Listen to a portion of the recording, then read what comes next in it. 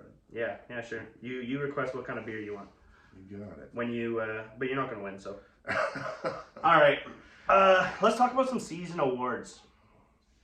We had a big discussion on Christmas about who we thought the MVP was going to be. You really want to go there? Yeah.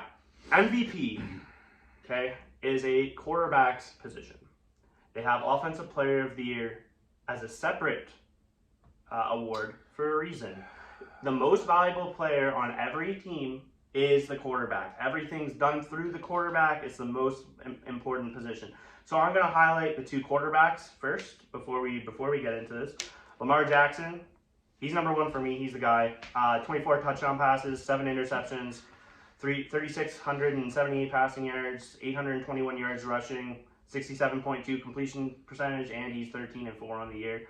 And then shout out to Dak Prescott, unbelievable season as well. 36 touchdown passes, 9 interceptions, 4,516 passing yards, 242 rushing, and a 69.5 completion percentage.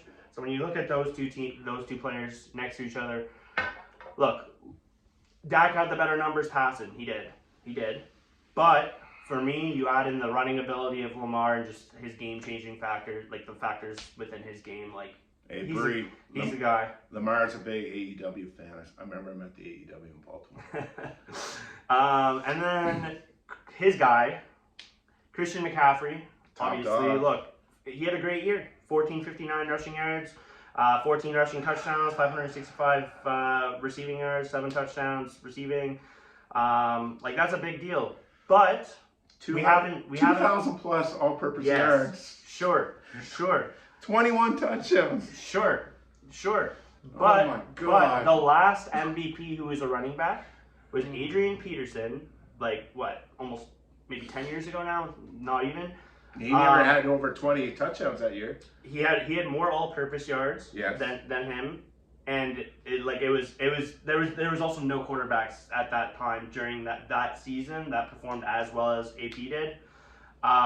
These two quarterbacks here had better seasons. Look, you want to talk all-purpose yards?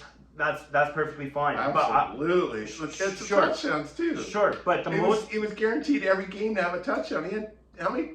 Yes, but the ball is in the quarterback's hands every play. The ball is not in the running back's hands every day. I'm an advocate. I'm against MVPs at running back simply because they have their own trophy called the Offensive Player of the Year award. I understand that. Which we'll get to in a second. Christian McCaffrey's won that.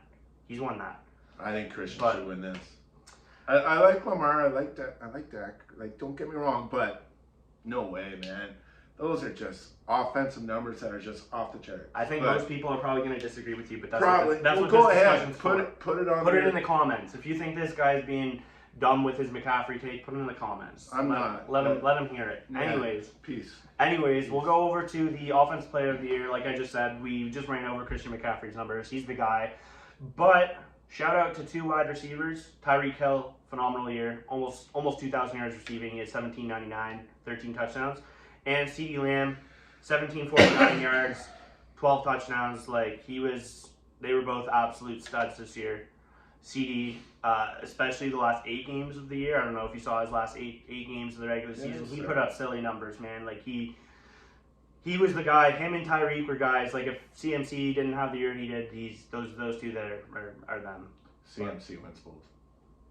Okay.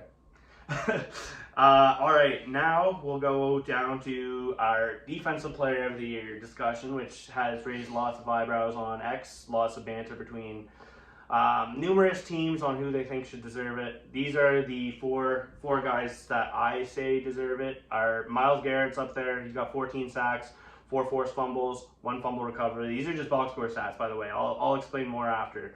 TJ Watt, 19 sacks, 4 forced fumbles. 4 forced fumbles and 3 fumble recoveries. And then you got Micah Parsons with 14 sacks, 1 forced fumble, 1 fumble recovery. Max Crosby, 14.5 sacks, 2 forced fumbles, and 1 fumble recovery. Myles Garrett is the winner. Homer pick. It's not a homer pick. Just hear me out. I love TJ Watt. Guy's a stud. He is. He's a superstar. respect to TJ Watt. I have no problems with TJ Watt. His box score numbers, terrific, okay? But Miles is the winner, even though he had less sacks, because he led the NFL in double and triple teams. He was constantly double and tripled. TJ wasn't. And he led the entire league in beat rate and pressure rate, which is insane to think about when you're getting doubled and tripled as much as he did. And he still put up 14 sacks with a torn labrum. His shoulder is getting surgery in the offseason.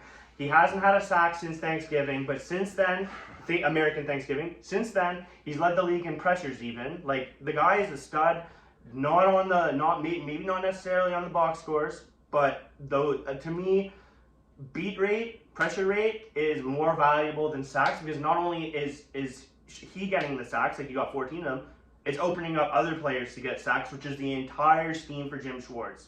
He is the guy. He's the best defensive player in the NFL. Some people may argue he's the best player in the NFL.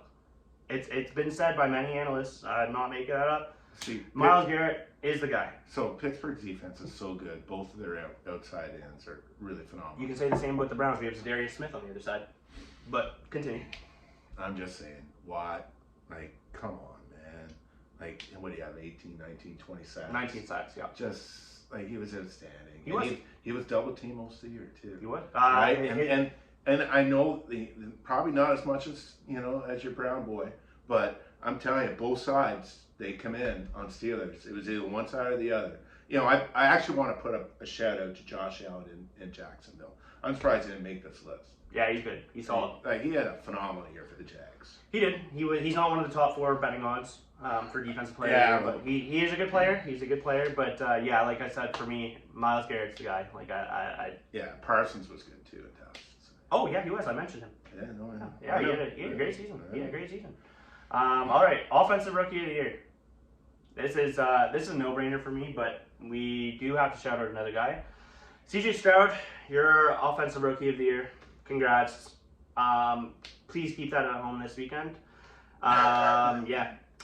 Shout out though, Puka Nacua, 105 receptions, 1,486 yards receiving and 6 touchdowns. This guy, maybe has the best rookie season all time for a wide receiver, and he's not going to win it, which just kind of preaches how good CJ Stroud was with his numbers. 23 touchdown passes, only 5 interceptions, and 4,100 yards is insane. So, yeah, CJ Stroud, you're the pick for both of us. I think you got anything you want to add there? No, you know what I think about him. Yeah, he's a stud, man. He's real good. Oh, yeah. 5 years from now, he's going to be the MVP of the league. Yeah, I would agree with that. Let's talk about the defensive rookie of the year. Jalen Carter, 6 sacks, 2 forced fumbles, 1 fumble recovery, generates a ton of pressure. Will Anderson had 7 sacks. He's an elite run defender from the edge. Yeah, I think he was a top 3 run defender actually in the entire league this year. Insane. He was great. Devon Witherspoon had a great year at corner. He had a pick, 1 interception touchdown, 1 forced fumble, 3 sacks, 79 combined tackles, which, look, I don't like it when my corners get a ton of tackles, to be honest. Like, he's a physical guy, he's really good, but that usually means you're kind of getting beat in coverage, or maybe you're playing a little bit too far back off the wide receiver. But his tackles are insane, man. He takes people out. And then Kobe Turner, he was a 3rd round steal actually by the Rams. Really good pickup. He had 9 sacks this year, 5 of which came in the last month of the season.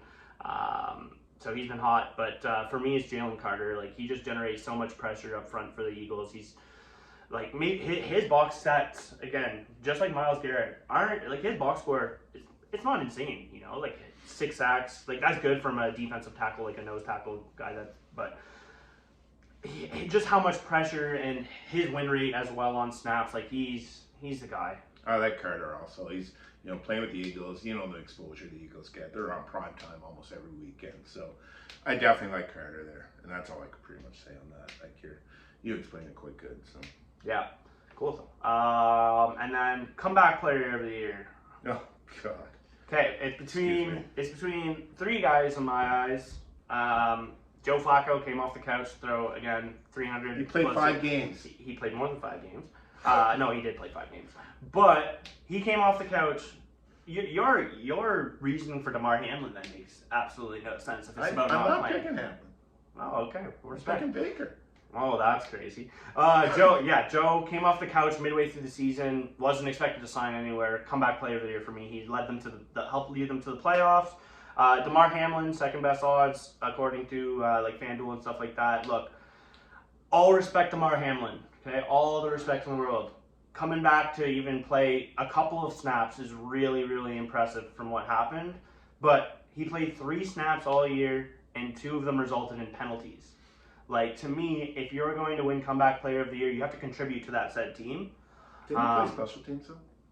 Yeah, he played a little bit of special teams, but most of the games he was inactive for. Like, he didn't, like, he might have been active for a handful of games. And then the third guy, Baker, he's not my choice only because this guy was the number 1 overall pick. He was good last year when he went to the Rams after he got cut by Carolina. It's not like he was a slouch, like he had a losing record with them last year when he signed there, but he's always been pretty decent, minus the year he was at the Browns where he tore his, I think it was his labrum, and broke his shoulder. He played through it and was awful. But shout out Baker, good guy, good Brown. That's his pick apparently. I'll let him talk about it. But I'm going Baker. I think he had a great year in Tampa. No one was expecting him to be like he did this year. Like you're coming in Brady shoes. Like come on, that's a hard thing to do. That's hard, and he's leading them to the playoffs. A home game in the playoffs, right? He's not going to go past one game, but I like Baker. Like Falco, like if anyone's ever seen the movie, have you ever seen the movie The Replacements? No. With Falco, it's Keanu Reeves. The head coach was forget his name, but it was a movie. It's a football movie. It's a football movie you have to see. And Keanu Reeves was a quarterback. Oh, I have seen that movie. There were about scab players playing in the NFL, and Gene Hackman was the coach. And at halftime, they interview. Falco didn't play the last game because the strike ended. They came back, and I'm sorry to rant on, but this is what I think about Falco. Every time I hear that name, I remember Keanu Reeves and that. And the guy goes to him, and this is the only thing Falco has. He goes to the reporter. He's got, what we need to win is heart. We need heart, and that's the only thing Falco has is heart because he plays with a lot of heart. But I gotta go with. I think it's kind of unfair to say Flacco only plays with heart. This guy has probably the strongest arm, like maybe ever. There's videos of this guy in high school or college throwing from one end zone to the other. Like he is a freak with his arm strength. Sometimes he makes questionable decisions. He'll throw the occasional too many picks. It can be frustrating, but with a defense like the Browns behind them, you can get away with a few picks here and there if you're throwing 300 plus yards. Go watch the movie The Replacements. It's actually very good. You heard from him, The Replacements. All right, Coach of the Year. We got Kevin Stefanski, 11-6. We got D'Amico Ryans, 10-7. Dan Campbell, 12-5. Sean McVay, 10-7. John Harbaugh, 13-4, and Shane Steichen at 9-8. Stefanski. It's a big list, eh? Yeah, that's. I pulled it off somewhere. Kevin Stefanski has dealt with the most injuries this year. They have the highest salary on the IR by any team, and they're the first playoff team to ever start 4 different starting quarterbacks in a season. I don't know what else I need to explain for this guy to get the credit he deserves. He is the best coach in the NFL today. 4 different starting quarterbacks. PJ Walker, come on. PJ Walker beat the Ravens. And it's not because PJ Walker is a good quarterback. I'm sorry, PJ Walker. Kevin Stefanski's a genius, man. He's a good coach. I'm going Dan Campbell in Detroit. He's changed the entire attitude there, winning attitude, winning atmosphere. I know you ranted on him earlier about coffee or whatever, but he's a great coach. He is a great coach. And just the way the Lions are playing under him, they play for each other. They play for the jersey. Right, they play for the on the front, not the name on the back, on the front. My only argument there, as good as Dan Campbell has been, the Lions were projected to be a really, really, really good football team this year before the season started. Mm-hmm. The Browns, before all the injuries happened, were expected to be a really good team this year as well, with our defense and Deshaun, who flopped this year. But once Nick Chubb went down, once Deshaun went down, once all of our star players went down, everybody was done in them out. I personally even didn't think we had a chance at all once Nick Chubb went down. and he somehow pulled it off. So I think he's the winner there. Peace. But Peace. yeah, I can see where Dan Campbell is a good choice as well. D'Amico Ryans again too. Like the Texans weren't supposed to be great. Usually starting quarterbacks in the first season aren't terrific, and he made a rookie quarterback do insane things. I don't know if it's coaching or if CJ Stroud's just a freak, but yeah. Speaking of coaching, why don't we talk about